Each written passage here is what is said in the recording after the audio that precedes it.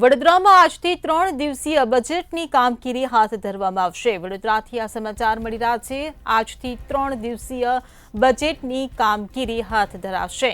તો પાલિકામાં હાથ ધરવામાં આવશે બજેટની કામગીરી। ત્યારે સભામાં સ્થાયી સમિતિ અધ્યક્ષ બજેટ રજૂ કરે તે પૂર્વે રજૂઆત કરવામાં આવશે। તો ભાજપમાંથી સસ્પેન્ડ થયેલ કાઉન્સિલરે રજૂઆત કરી હોવાનું સામે આવ્યું છે। ત્યારે શિવજી કી સવારીના પેમેન્ટનું કામ મુલતવી રખાતા આ રજૂઆત કરાય છે। તો રજૂઆતને પગલે પૂર્વ કાઉન્સિલર અને કાઉન્સિલર વચ્ચે શાબ્દિક ટપાટપી પણ થઈ। ત્યારે સ્થાયી સમિતિ અધ્યક્ષ ડોક્ટર શીતલ મિસ્ત્રીએ મેયરને બજેટ સુપરત કર્યું। તો આજથી સતત 3 દિવસની ચર્ચા બાદ બજેટ મંજૂર થશે। તો વિપક્ષની દરખાસ્તો પર પણ ચર્ચા કરવામાં આવશે। તો શિવજી કી સવારીના પેમેન્ટનું કામ મુલતવી રખાતા રજૂઆત।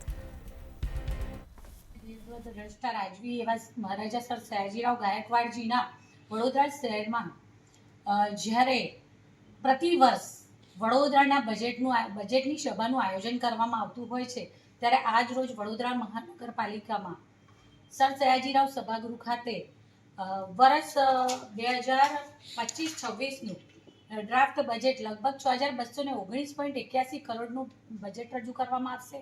જેમાં વડોદરા શહેરના વિકાસને આવરી લેતા દરેક પાસાઓનો સમાવેશ કરવામાં આવ્યો છે।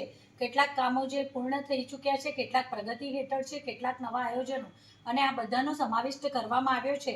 ત્યારે સૌ સભાસદશ્રીઓ દ્વારા સાથે મળી અને સતત 3 દિવસ સુધી આ રીતનું બજેટલક્ષી સભાનું આયોજન કરવામાં આવ્યું છે, જેમાં દરેક વિષયની ચર્ચા કરવામાં આવશે।